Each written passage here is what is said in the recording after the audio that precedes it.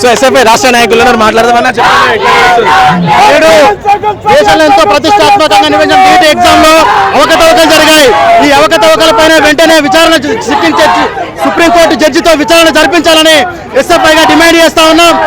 ఈ రోజు హైదరాబాద్ నగర నడిఒడ్డున ఈ నీటిను వెంటనే రద్దు చేయాలని చెప్పేసి ర్యాలీ నిర్వహిస్తా ఉన్నాం. ఏదైతే ఎన్టీ ఉందో వాటిని వెంటనే రద్దు చేయాలని చెప్పేసి ఎస్ఎఫ్ఐగా డిమాండ్ చేస్తా ఉన్నాం. సో మీరు ఎంత డిమాండ్ చేస్తారు? ఇఫ్ సపోజ్ కేంద్రం ఇప్పటికైనా దిగి రాకపోతే అప్పుడు ఎలా ఉండదు?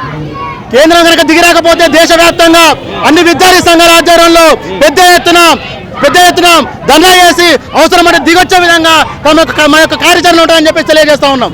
సో ఎట్లుంది ఇప్పటివరకు? అంటే ఇప్పుడు మీరు నిన్న నుంచి స్ట్రైక్ కూడా చేస్తున్న పరిస్థితి కనిపిస్తుంది. ఏమన్నా రెస్పాన్స్ వస్తాయని నమ్మకం ఉందా?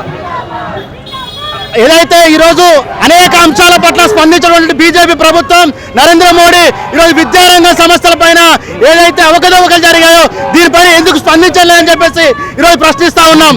ఈరోజు 24 లక్షల విద్యార్థుల జీవితాలతో చెలగాటమాడుతున్నటువంటి ఈ ప్రభుత్వం ఇప్పటికీ స్పందించకపోవడం విడ్డూరం. ఇప్పటికైనా స్పందించాలని చెప్పేసి తెలియజేస్తా ఉన్నాం. ఈ రోజు రాష్ట్రంలో ఉన్నటువంటి అనేక బీజేపీ మంత్రులు ఉన్నారు, అనేక సమస్యల పైన మాట్లాడతారు. కానీ ఈరోజు విద్యార్థుల సమస్యల పైన ఎందుకు మాట్లాడట్లేదని చెప్పేసి ఈరోజు ప్రశ్నిస్తా ఉన్నాం. బండి సంజయ్ కావచ్చు, ఈరోజు రంగనందన్ రావు కావచ్చు, ఈరోజు వీళ్ళంతా కూడా ఎందుకు మాట్లాడట్లేదు అని చెప్పేసి మేము ప్రశ్నిస్తా ఉన్నాం. థ్యాంక్ యూ అన్న. సో మాట్లాడదాం, వెనకాల ఇంకా చాలా మంది లేడీస్ కూడా వస్తున్న పరిస్థితి. సో వాళ్ళతో కూడా మాట్లాడే ప్రయత్నం చేద్దాం.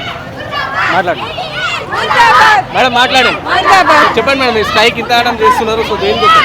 మనందరికీ తెలిసిందే నీట్ లో స్కామ్ జరిగిందని చెప్పేసి దేశం నడిపించే నేషనల్ టెస్ట్ ఏజెన్సీ ఉంది కదా, ఏదైతే నేషనల్ టెస్ట్ ఏజెన్సీ ఉందో అది సర్కార్కి తెలియకుండా నడవదు. ఎస్పెషల్లీ సెంట్రల్ గవర్నమెంట్ తెలియకుండా నడిచే అవకాశం ఏమాత్రం లేదు. ఇట్లాంటి ఎగ్జామ్ లో 67 మంది ఫస్ట్ ర్యాంక్ ఎట్లా వస్తారు? 720 మార్కులు ఎలా వస్తాయి? నెగిటివ్ మార్కింగ్ ఉంది. ఒక రైట్ ఆన్సర్ కి 4 మార్కులు, రాంగ్ ఆన్సర్ కి 1 మార్క్ తీసేసినట్లయితే 720 రావడానికి అవకాశమే లేదు. కేవలం జీవితాలతో ఆడుకోవడానికి, ఎస్పెషల్లీ పేద విద్యార్థులు ఆడుకోవడానికి సంవత్సరాలు లాంగ్ టర్మ్ కోచింగ్ తీసుకొని డబ్బులు తీసి పెట్టి మరి పేద విద్యార్థులు చదువు కోసం వాళ్ళు వృత్తి విద్య చదువుకోవాలనే ఆశతో చదువుకున్న వాళ్ళని చదువుకు దూరం చేయాలి. పేద విద్యార్థులు రేపు బాగుపడితే క్వశ్చన్ చేస్తారు, ఈ నేతృత్వాన్ని ప్రశ్నిస్తారనే కారణంతో మాత్రమే ఇట్లాంటి స్కామ్లు జరుగుతున్నాయి.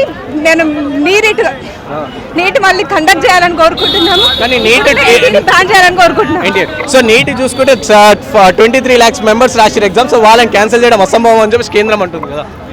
అఫ్కోర్స్ ఇది ఒక్క జీవితం కాదు, మీరు అన్నట్టు 24,000 మంది, లక్షల మంది కాదు, 2.3 మిలియన్ స్టూడెంట్స్ ఈ ఎగ్జామ్ రాశారు. వాళ్ళందరూ నష్టపోవడం ఒక భాగం. మీరు మళ్ళీ పరీక్ష రాయడం ఎంత కష్టమవుతుందని అంటున్నట్లే, కానీ ఒక సెంటర్ నుంచే 6 స్టూడెంట్స్ ఫస్ట్ వచ్చారు. అంతకంటే ముందు పేపర్ రిలీజ్ అయింది.